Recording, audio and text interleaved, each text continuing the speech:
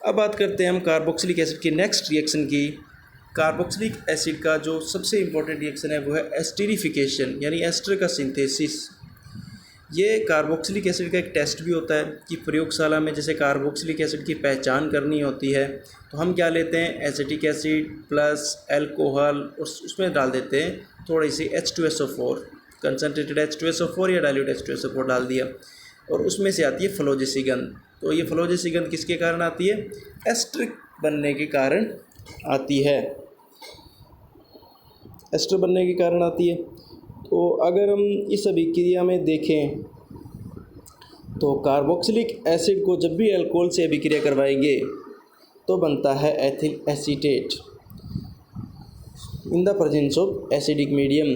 तो लंबे समय तक ये सोचा गया कि बनने वाला जो एस्टरिफिकेशन जो हो रहा है, जो एस्टर बनता है और साथ में इसमें H2O बनता है, तो ये जाना जाता था कि जो H2O में OH जो होता है वो अल्कोहल से जाता है और H जाता है वो एसिड से जाता है, ये माना जाता था। लेकिन जैसे ही आइसोटोपिक मेथड का विकास हुआ, और इसके बाद आइसोटोपिक ऑक्सीजन ली गई कंपाउंड के अंदर।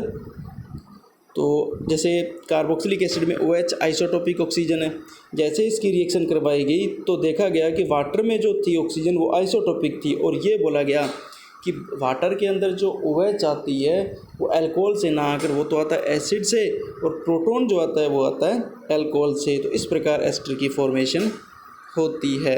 अगर अल्कोहल की मैकेनिज्म देखें, एस्टरिफिकेशन की मैकेनिज्म देखें तो सबसे पहले क्या होता है कि एसिडिक मीडियम से H+ आता है और ये H+ मोर न्यूक्लियोफिलिक डबल बॉन्डेड ऑक्सीजन पे अटैक कर OH में कन्वर्ट कर देता है और OH+ में कन्वर्ट हो जाता है और OH+ अपने पाई बॉन्डिंग इलेक्ट्रॉन को कार्बन से खींचकर कार्बन को पॉजिटिव चार्ज कर देता है।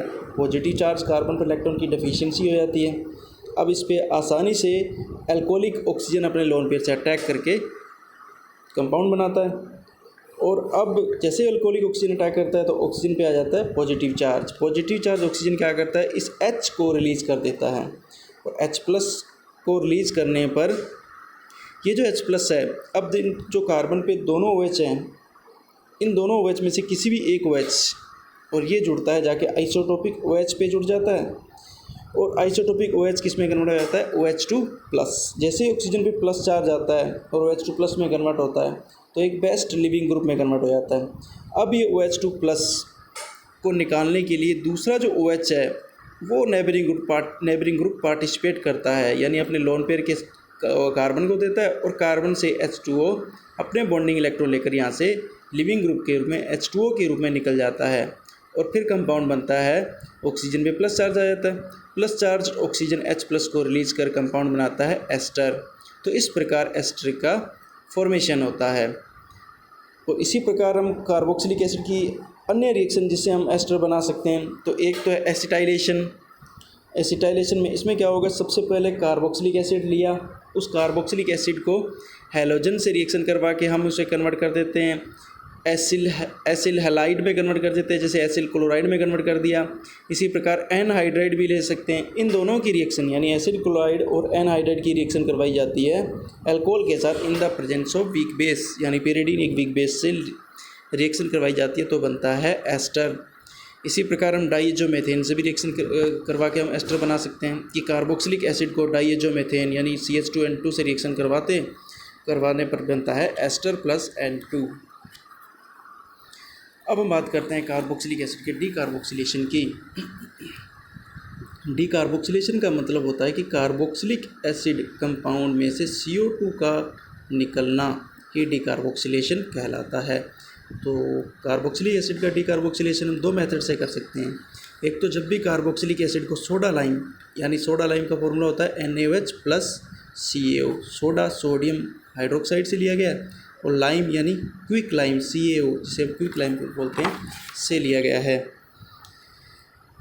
जैसे ही इसकी रिएक्शन करवाते हैं तो बनता है CH4 प्लस Na2CO3। इसी प्रकार CO2 निकल जाता है और बनता है एल्केन। इसी प्रकार बीटा कीटो एसिड, जैसे बीटा कीटो एसिड में RC double bond CH2C double bond OH। तो इसमें क्या होता है, बीटा कीटो एसिड में एक कार्बोनिल ग्रुप के इलेक्ट्रॉन विड्रॉइंग पावर के कारण इसको हीट करने पर 100 से 150 डिग्री पर, तो कार्बोक्सिलिक OH अपने बॉन्डिंग इलेक्ट्रॉन C को देकर CO2 के रूप में निकल जाता है CO2 के रूप में निकल जाता है और ये जो H है वो आ जाता है CH2 माइनस पे और बनता है RC double bond O CH3।